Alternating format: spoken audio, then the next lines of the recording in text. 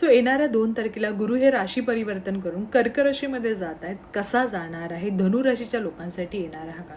धनु राशीचे गुरु म्हणजे राशीचेच गुरु हे उच्च होत आहेत कर्क राशीमध्ये, पण ते 8व्या घरामध्ये होत आहेत. त्यामुळे इतका चांगला काळ असं मी म्हणणार नाही, कारण काही सावधगिरी बाळगणं फार गरजेचं आहे, स्पेशली आरोग्याच्या बाबतीत आणि खर्च या बाबतीत सुद्धा.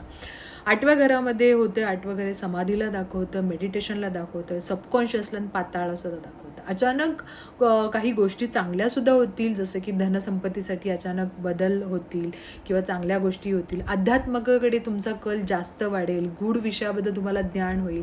स्पेशली जे हीलर आहेत, डॉक्टर आहेत, काउन्सलर आहेत, लोकसेवासाठी काम करतात, त्यांच्यासाठी हा काळ खूप चांगला आहे. त्यामुळे खूप चांगल्या गोष्टी होतील. पण बाकीच्यांसाठी, सांसारिक लोकांसाठी थोडी काळजी घ्यायची आहे, कारण चढ उतार इथे दिसतो. ऑफिसमध्ये मोठे निर्णय घ्यावे लागतील आणि त्याचबरोबर संयम राखणे फायदेशीर राहील, कारण कधीकधी काही गोष्टी तुमच्या विरुद्ध होऊ शकतात. त्यामुळे धनु राशीच्या लोकांनी सावधगिरीने सगळे निर्णय घ्यायचे आहेत. काही कोर्ट रिलेटेड काही गोष्टी किंवा एखाद्या इन्कम टॅक्सची नोटीस किंवा काही गोष्टी याही तुम्हाला, म्हणजे सरकारी रिलेटेड काही गोष्टी तुमच्या नोटीस असं काहीतरी तुमच्या घरी येऊ शकतं. त्यामुळे त्याही गोष्टीकडे लक्ष ठेवा. काही गोष्टी असतील तर त्या पहा. त्याचबरोबर मी तुम्हाला असं सांगेन की कर्ज खूप वाढेल. 12व्या घराकडे सुद्धा दृष्टी आहे, त्यामुळे खूप खर्च कराल. इगोस्टिक थोडेसे तुम्ही व्हाल आणि इगोच्या ह्याच्यामध्ये तुम्ही कदाचित रॉंग निर्णय घ्याल. त्यामुळे इगो थोडासा सांभाळा, स्वतःवर कंट्रोल करा, खाण्यावर कंट्रोल करा, तब्येतीची काळजी घ्या.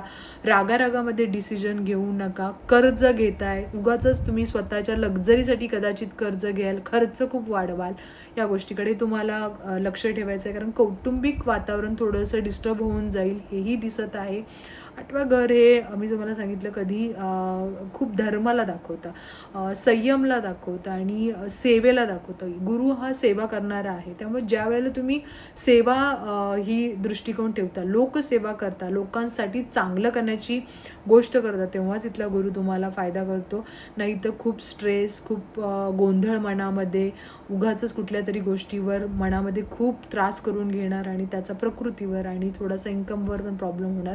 त्यामुळे कुठलेही डिसिजन घेत असताना नक्की विचार करा. उपाय जो दिला आहे तो नक्की करा. आय विश की सगळ्या गोष्टी चांगल्या होतील.